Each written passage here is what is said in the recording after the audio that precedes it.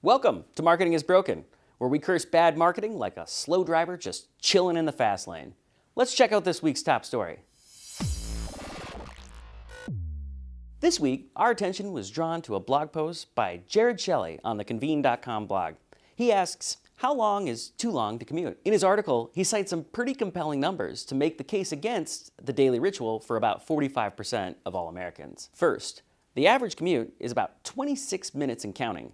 Those of us with especially long commutes are at an all-time high, with 90-minute one-way commutes up a whopping 64% since 1990. Second, it turns out commuting is one of the worst habits you can pick up if you want to live a long, healthy life. People with long commutes are 33% more likely to suffer from depression, 12% more likely to report work-related stress, 21% more likely to be obese, and 46% more likely to get less than 7 hours of sleep each night. They should add smoking a pack of cigarettes to your job description while they're at it, right? And if that wasn't bad enough, Shelley cemented his case against commuting by citing a study that claims adding just 20 minutes of your daily commute has the same negative effect on your job satisfaction as receiving a 19% pay cut. So what is it about commutes, and why are they worse for us than most of what we find when we're on WebMD looking for explanations for our hot sauce-related stomach problems? That brings us to this week's topic, commuting. Commuting is something that wears on all of us. In fact, according to a study by Robert Half International, nearly 1 in 4 marketers have left their jobs because of their commute. Personally, when I flew twice a week for work, I pledged never to complain about a daily commute. But then when I landed a job with a daily commute, I was cursing it 2 days later and promised that I'd be better if I could just at least work from home a few days per week. And then when I got one of those jobs, you guessed it, I still feel like any amount of commuting was too much. And now, after a year of going remote, I'm happier, my stress levels have decreased, even my cholesterol is looking like a chart that I'd be proud to share with my clients or CMOs. So why do we hate commutes so much? And why are they so bad for us? In short, chemistry. Driving to your job each day is the physiological equivalent of getting to and from work in a metal and plastic stampede through a concrete valley at 60 miles an hour. Logically, we're singing along to the greatest hits of the 70s, 80s, and 90s, but evolutionarily, your body feels like it's about to get trampled by a literal Ram, Bronco, or Mustang. And so it releases adrenaline and cortisol, the two chemicals responsible for our body's fight or flight response. And we show up to work all amped up on stress chemicals.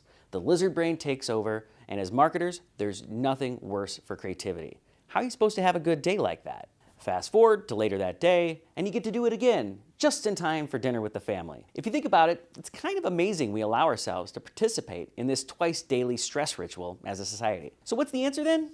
Remote jobs. Interest in remote working has skyrocketed in recent years. And what's not to love? When you work for a remote company, you end up getting all that time back and avoid that nasty bi-daily stress chemical bath. Plus, your financial situation may improve because of lower transportation costs, being able to apply to higher paying jobs outside of your geography, and the ability to move to places with lower cost of living. If you're like, sign me up, then let's talk about how to actually pull this off. For that, we go to Grant Tillis, the Director of Product Management at CRO Metrics. Grant started working for the A/B testing company nearly a year ago and shared his steps for how he landed what many would consider a dream remote job for marketers. First, Grant spent years building his network by attending events, blogging, and volunteering within the marketing community.